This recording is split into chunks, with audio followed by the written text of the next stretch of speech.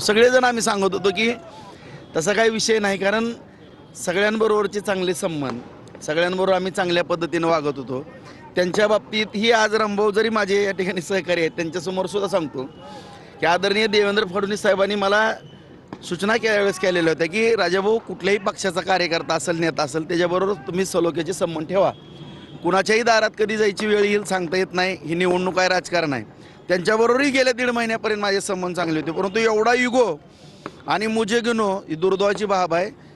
एवढं दहशतीचं राजकारण किंवा एवढा युगो आम्ही पाहिलं त्यांच्या आदल्या दिवशी. आता सगळ्यांची इच्छा होती की माझ्यासारख्या कार्यकर्त्याला बिनविरोध करायची भावना होती, परंतु एक सर्वसामान्य कार्यकर्त्याला बळीचा बाकरा करण्याचा प्रयत्न केला.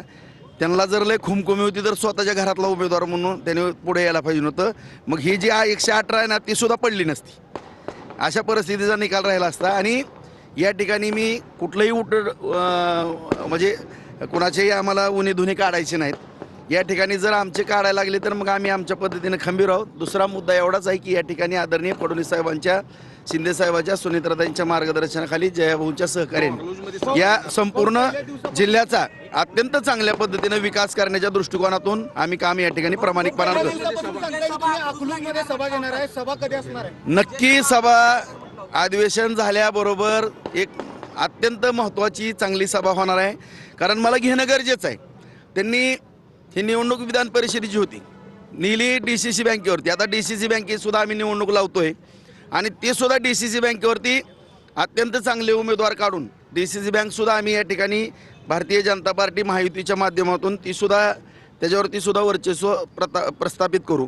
कारण आपण पाहिलं की गेली 16-17 वर्ष झालं DCC बँकेचा लढा आहे. माझा कुठलाही त्यामध्ये स्वार्थ ना, आपण सर्वांनी पाहिलं असेल. मी 1 लाख रुपयाचं कर्ज सोसायटीसाठी घेतो आणि तेच भरतो, नवं जुनं करतो.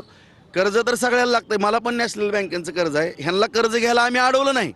सहकार चळवळ जुन्या जाणत्या माणसांनी भरपूर काम केलेलं आहे.